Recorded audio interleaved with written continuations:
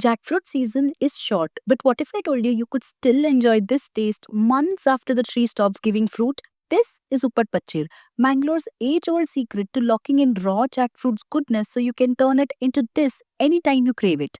Back in the day, our grandmothers had a clever trick. They would store raw jackfruit in salty water, keeping it tasty for months, ready to cook even when the season was long gone.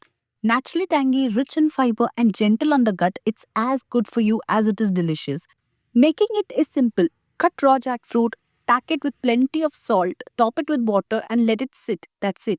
When you're ready to cook, just take out the amount you need, soak it in fresh water to remove extra salt, then shred it into thin strips with your hands or a knife. Do you also brine raw jackfruit or kathal as they call it in Hindi? How do you make it? I'd love to hear your version.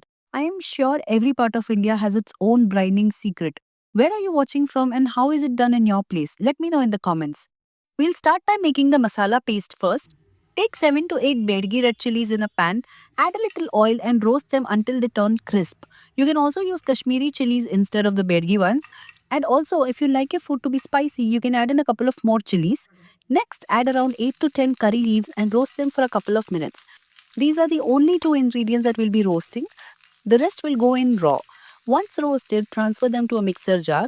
Add about 3 teaspoons of coriander seeds, 1 teaspoon of cumin seeds, 4 to 5 garlic cloves, and half a teaspoon turmeric. Grind everything to a fine powder without adding any water. When it's powdered, add about half to 1 onion depending on the size and grind again, still without adding any water. Now add around 1 cup or 2 handfuls of freshly grated coconut. Close the lid and pulse for a few seconds to get a coarse mixture. Don't make it too fine. No water is added at any stage. And that's a flavorful sukka masala ready for this recipe. Now let's move on to making the Uppat Pachir sukka. In a kadai, heat a few teaspoons of coconut oil. Once the oil is hot, add about 1/4 teaspoon of fenugreek seeds or methi. Next, add around 1 teaspoon of cumin seeds or jeera. When they start sizzling, crush a few garlic cloves and add them to the oil. If you prefer a garlic-free version, you can skip garlic completely in this recipe. Now add 1 large onion finely chopped. If your onions are small, use 2 instead. Toss in a couple of curry leaves. I always say Mangalorean recipes are incomplete without curry leaves. If you like, you can also add 1 dried red chili broken in half. Fry the onions until they start turning golden brown. You know this smell right now? Coconut oil, curry leaves, and onions. It's pure Mangalore for me. My grandmother used to say that if your neighbor doesn't ask what's cooking, you haven't fried your onions enough. Take your time with this step.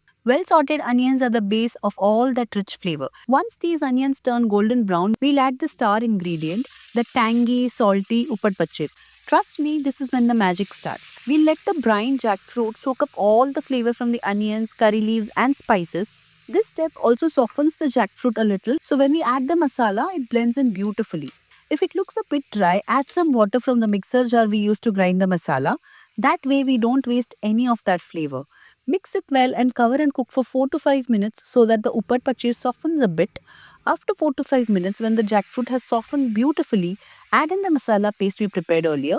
One thing to remember, don't add any extra salt to this recipe as the jackfruit has been already stored in salt and it will be naturally salty. If your pieces are too salty, rinse them well in plain water or soak them for a while in normal water before you start cooking.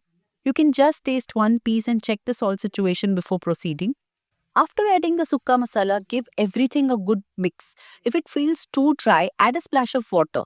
Remember, the recipe usually doesn't need extra salt, but taste and adjust if you must. Once mixed, cover and let it cook until the jackfruit pieces turn perfectly tender and soak up all that masala goodness.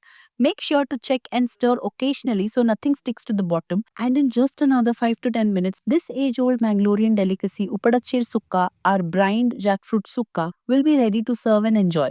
Serve it hot and watch it disappear from the plate. Old traditions really do make the tastiest meals. If you like this video, don't forget to give it a like, share it with your food-loving friends, and subscribe for more recipes that bring tradition to your table. Tell me, is there a version of pickling jackfruit in your place? I'd love to know your way of doing it. Thank you for watching. See you in the next recipe.